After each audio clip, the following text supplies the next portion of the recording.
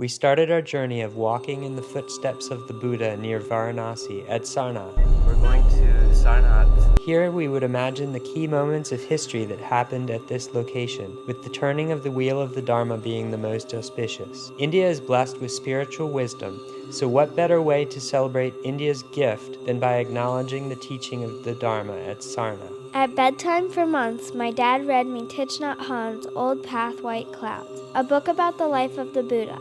And in India, I wanted to experience those areas in real life, walking in the footsteps of the Buddha. We're Selah and Lloyd, a father-daughter team. Starting in Delhi, we're taking the long route to Kathmandu by road, rail, and river, going to the wildest places, craziest festivals, tallest mountains, holiest pilgrimage sites, and busiest cities we could find.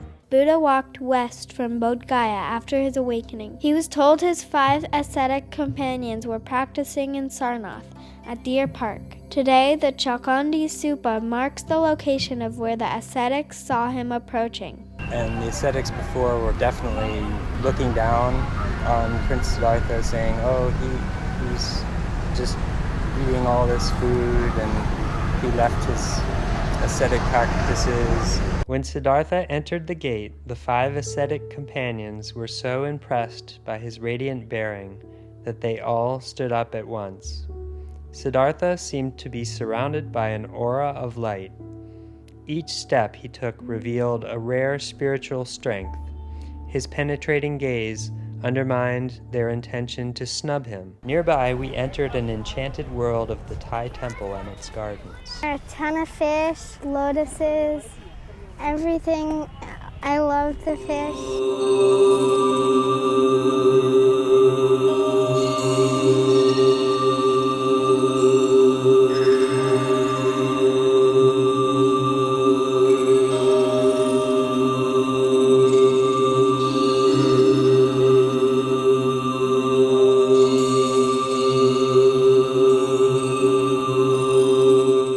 King Ashoka was known as a brutal tyrant who lived about 2,200 years ago. His Mauryan Empire fought a bloody war to conquer the neighboring Kalinga Empire. The end of the war, however, led Ashoka to feel great remorse, and he decided to never kill and spread humanistic values throughout his kingdom. One of the pillars reads, "All religions should exist everywhere, for all of them desire self-control and purity of heart." The Sarnath pillar is cracked, but the surprise is that the capital fell to the ground intact and is the symbol of India's modern state. The capital's 4 lions represented the lion's roar, a symbol of the Buddha's teachings being heard around the world, starting at Sarnath, as they roar to spread the Dharma in each direction. Ashoka described what he meant by Dharma as inscribed on a pillar: little evil, much good, kindness, generosity, truthfulness, and purity. Indeed, King Ashoka sent ambassadors to all corners of the known world at the time. This is where the Buddha taught the 4 Noble Truths for the first time.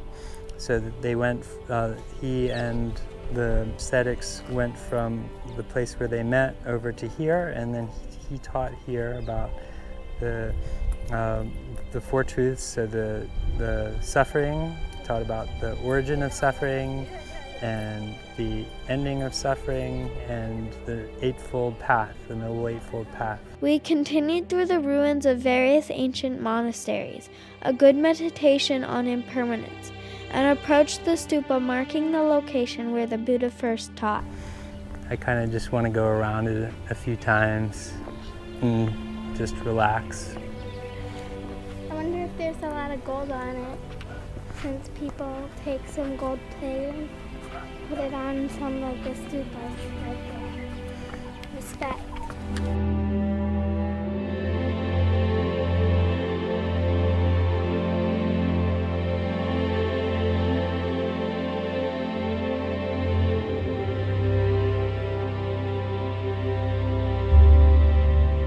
While Siddhartha was explaining the 4 Noble Truths, Kandana suddenly felt a great light shining within his own heart. He could taste the liberation he had sought for so long. His face beamed with joy. The Buddha pointed at him and cried, "Kandana, you've got it. You've got it." I'm really happy to be bringing you to this spot and so you can see where the Buddha first taught and just experience what it's like to be at a site like this. Just go around the stupa and appreciate the qualities of your being there. Do.